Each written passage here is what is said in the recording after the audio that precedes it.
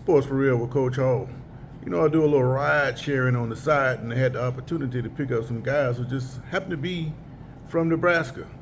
You know, I overheard them say, and they weren't talking directly to me, it was complaining about their high school's team having their state championship stripped from them.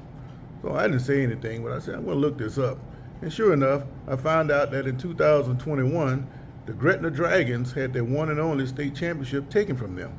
They had beaten Omaha Westside 7-3 at Lincoln's Memorial Stadium. You know, that's where the Huskers play. And shortly afterward, a complaint was filed that they had an ineligible player. Reports have it that Westside turned in Gretna for this ineligible player, and an investigation was conducted.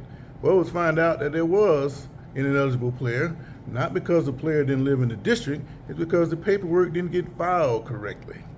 And because of that, the Nebraska Schools Athletic Association, NSAA, upheld that the Dragons would be stripped of their championship. However, the players, you know, even though they didn't have the championship, they were allowed to keep their medals. But, you know, again, we know who won the game, so nobody's going to get that championship, but it's just the fact that he had to go through such a thing.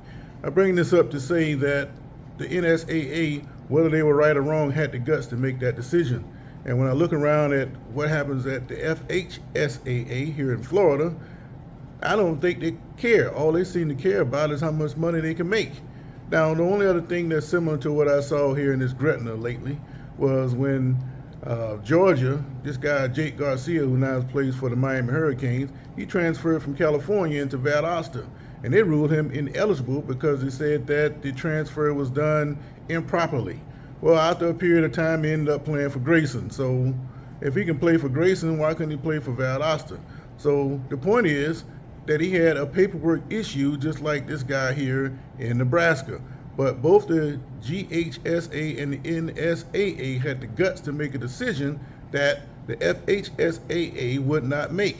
Now, again, the Florida Association has changed a lot over the years, and I don't think it's always been the way that it is now, because there was a school close to me that had won back-to-back state championships on the smaller level, Hastings High School. They won it in 70 and 71. But their 71 state championship was stripped because they had an ineligible player. So it's not like the Florida Association can't do such a thing. It's just that it just seems they don't care.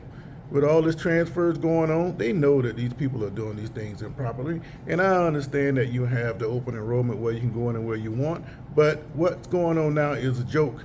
And now you're talking about realigning how you do a state championship again. There's no stability there. It seems like every 2 years you have to change.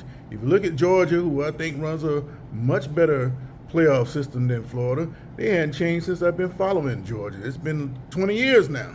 You got your 8 regions, 4 teams per region, we're talking big levels, and the 4 regional teams that go in different directions. So if I see this team, it's going to be deep in the playoffs, not the second round like we saw here in Florida for many years. So again, I hate to see that teams like Gretna get their championship ripped from them, but at the same time, I like to see that these associations stand up and make a decision and stick with it and don't lay down like the FHSAA routinely does. Sports for Real.